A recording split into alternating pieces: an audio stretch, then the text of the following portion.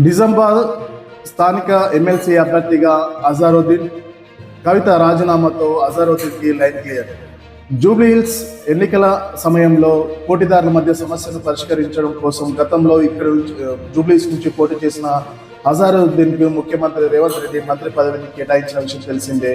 అయితే ఏ సభలో సభ్యుడు కాని వ్యక్తి మంత్రి పదవి చేపడితే 6 నెలల్లోపు ఏదైనా సభకు ఎన్నిక కావాల్సి ఉంటుంది. శాసనసభకు కానివ్వండి, శాసన మండలికి కానీ ఎన్నిక కావాల్సి ఉంటుంది. అనూహ్యంగా బీఆర్ఎస్ తో విభజించి బయటికి వచ్చిన ఎమ్మెల్సీ కవిత తన ఎమ్మెల్సీ స్థానానికి రాజీనామా చేయడంతో ఇప్పుడు నిజామాబాద్ ఎమ్మెల్సీ స్థానం ఖాళీ అయింది. దీంతో మంత్రి అజారుద్దీన్ నిజామాబాద్ స్థానిక సంస్థల ఎమ్మెల్సీ అభ్యర్థిగా పోటీ చేరినట్లు జోరుగా ప్రచారం సాగుతుంది. అనూహ్యంగా కల్వకుంట్ల కవిత రాజీనామా చేసిన నిజామాబాద్ స్థానిక సంస్థల ఎమ్మెల్సీ స్థానంలో మంత్రి అజారుద్దీన్ పోటీ చేరున్నారని కాంగ్రెస్ లో జోరుగా ప్రచారం సాగుతుంది. ఆయనను గతంలోనే గవర్నర్ కోటాలో ఎమ్మెల్సీగా నియమించాలన్న సిఫార్సు గత కొంతకాలంగా పెండింగ్ లో ఉంది. అయితే దీనిపై కొందరు సుప్రీంకోర్టును ఆశ్రయించడంతో సుప్రీంకోర్టులో పెండింగ్ ఉంది. దాంతో సిఫార్సు చేసిన అజారుద్దీన్ పేరు గవర్నర్ వద్ద పెండింగ్ లో ఉంది. అయితే ఈ విషయంలో ఆలస్యమైన గవర్నర్ ఆమోదం లభిస్తుందనే నమ్మకంతో అజారుద్దీన్ సీఎం రేవంత్ రెడ్డి మంత్రివర్గంలోకి తీసుకున్నారు. కానీ అది జరగలేదు.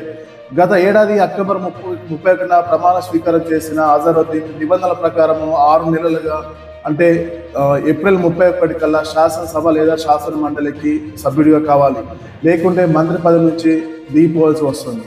అయితే ఈలోపే నిజామాబాద్ స్థానానికి కవిత రాజీనామా చేయడం రేవంత్ కు కలిసి వచ్చింది. ఈ క్రమంలోనే ముందు జాగ్రత్తగా నిజామాబాద్ స్థానిక సంస్థల ఎమ్మెల్సీ ఉప ఎన్నికల్లో అజారుద్దీన్కి బరిలోకి దింపాలని కాంగ్రెస్ పార్టీ పెద్దలు ఆలోచిస్తున్నట్లు తెలుస్తుంది. మున్సిపల్ ఎన్నికల్లో మెజార్టీ సీట్లో కాంగ్రెస్ దక్కించుకుంటామని, స్థానిక ఎమ్మెల్సీ పార్టీ అభ్యర్థిని గెలిపించుకోవడం తేలికని కాంగ్రెస్ పార్టీ భావిస్తున్నట్టు సమాచారం. అయితే కవిత రాజీనామాతో ఖాళీ ఎమ్మెల్సీ స్థానాన్ని నిర్వహించడానికి 6 నెలల సమయం ఉంటుంది. అయితే దానికి ముందే మున్సిపల్ ఎన్నికలు నిర్వహించాలని ప్రభుత్వం భావిస్తుంది. దీంతో మున్సిపల్ ఎన్నికల తర్వాత ఈ సీటుకు ఉప ఎన్నిక నోటిఫికేషన్ విడుదలయ్యే అవకాశం ఉంది.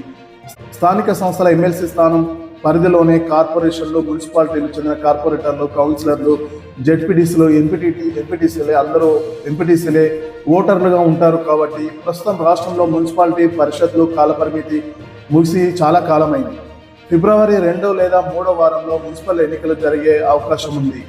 అవి పూర్తవగానే కొత్తగా ఎన్నికైన కార్పొరేటర్లు, కౌన్సిలర్లతో ఓటర్ జాబితా రూపొందించి రాష్ట్ర ప్రభుత్వం తుది ఓటర్ల జాబితాను ఎలక్షన్ కమిషన్ కు పంపనుంది. దీని తర్వాత స్థానిక సంస్థల ఎలక్షన్ నోటిఫికేషన్ విడుదల చేసి ఎలక్షన్ జరిగే అవకాశం ఉంది.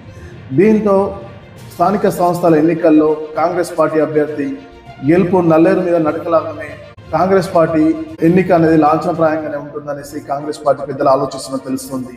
అజారుద్దీన్ ఎన్నిక కూడా ఇక లాంఛనమే అన్న ప్రచారము సాగుతుంది.